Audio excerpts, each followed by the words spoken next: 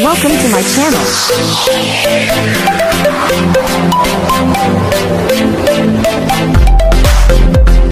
Yan ang kitang pangarap mo, gusto mo magkasama-sama kayo magkakapatid kasi nga nagkahiwa-hiwalay kayo, diba? Nagkahiwa-hiwalay kayo gawa ng wala din kayong bahay, lipat-lipat saka wala kayong sariling bahay, ano? Eh di sana kung di kami po nadara, ano lang, kung ano lang yung meron, yun lang alay nyo. Kung ano lang yung pagkain, yun lang. Ayan, Dara. Diyan mo na 4,000 pesos para bilhin nyo pa yung mga gusto nyo bilhin ngayong darating na pagsalubong nyo. Ano? Maraming salamat po sa iyo, Kuya Rob. Kasi po, kahit busy ka po, nagpunta rin po kayo para hatilan kami ng ihahanda mamaya yung Yun po, sobrang nagpapasalamat ako masarap sa mga nanonood, sa mga viewers at sa mga nagbibigay pa pong sponsor at yung walang sawang nagsusuporta sa aming dalawa ng Rhea. Yun po, maraming salamat po. Kasi kahapon, nakabigay kami kay Biancy, saka kay Carla. Sa ilang kami din nakabigay, kaya ngayon namin pilit na makapunta. Tapos, kay Rosa naman, yung ribbon cutting, nakapagbigay naman tayo kay Rosa, di ba? Kay Eden, di ba, bago siya umalis, nakapagbigay din tayo. Kay Dara lang talaga. Saka kay Melka di tayo nakabigay kasi sobrang layo. And nung nagpunta kami doon, yun, di siya naka-reply sa atin. Ayun naman, hindi naman tayo pwede pumunta doon nang walang confirmation niya kasi napakalayo po nun. Yun po yung pinakamalayo. Kaya di kami nakatuloy. Pero alam ko naman may budget pa naman sila kasi nung nakaraan, sobrang dami na binigay natin kina Melka. Sila talaga yung ito sila Dara. Kumusta naman Dara yung kayo, nila papa mo dito? Yung ilang linggo na kasama nyo si papa mo, ano yung mga nabago? Comfortable na. Yung parang hindi ka na po mag-aalala na may putok na. Okay. Kampante na gano'n. Safe, feeling safe na. Secured. Grabe. Yun yung mga nabago. Ano pa? Lahat po. Siyempre yung pag-aalala sa kanya dun sa trabaho. Grabe. Si Dora, iniisip mo rin pala si papa mo. No? Tapos, yun lang. Ano pa yung mga nabago simula nung, kumpara dati? Yung mga sa gawain bahay, ganyan. So, mga gawain bahay po, pag maimak lang po tubig. Tapos, siya din po, nag-aasikaso din po siya magluluto ka. Pinaglulutuan din po. So, po mga kasukay, mga kalingap, no?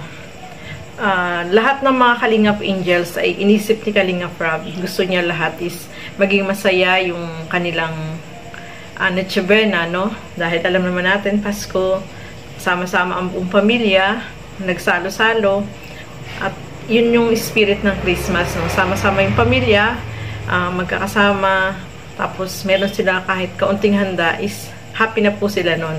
Siyempre, inisip ni Kalingap Rob, lahat ng mga Kalingap angels dapat is maging masaya sila sa araw ng Pasko. So, isa si Dara na kahit na hapon na, ay pinuntahan pa rin ni Kalingap Rob kasi nga, sabi nga, is walang panghanda, no, sa Noche Buena. So, pumunta dyan sila Kalingap Rob para maghatid ng panghanda. Tapos, syempre, meron ding pera mga kasukay, mga Kalingap. Ang nakakatuwa dito, no, itong si Dara, no, yung wish niya, no, yung nag-birthday siya, ang wish niya sana is yung papa niya ay kasama niya ngayong Pasko. So, natupad po yun. Isa na doon yung pagkakaroon ng napakagandang bahay, tapos yung pag-aaral niya is masustentuhan, no? Yung everyday na pangangailangan, needs, is nasusustentuhan po yan.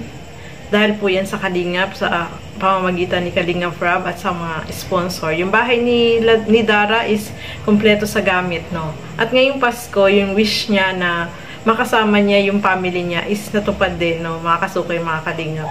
So, eto yung family ni Dara, no? Sama-sama sila na nagkasama sila ngayong Pasko, no? Mga kasukay, mga Kalingap. Dahil ito naman yung hiling ni Dara na sama-sama sila, nandyan yung papa niya, yung mga kapatid niya ay nandyan din po, mga kasukay, mga Kalingap. Kaya, marami ako nababasa ng mga comments, no? Nakakatuwa, sabi nila, lahat na lang daw ng wish ni Dara ay natupad, no? Wow, napakabait ni Lord kasi yung mga wish ni Dara ay talagang granted na, no? Mga kasukay, mga Kalingap. Kaya, masayang-masaya itong si Dara, pati si Bea, no? Siyempre, nandyan yung papa nila.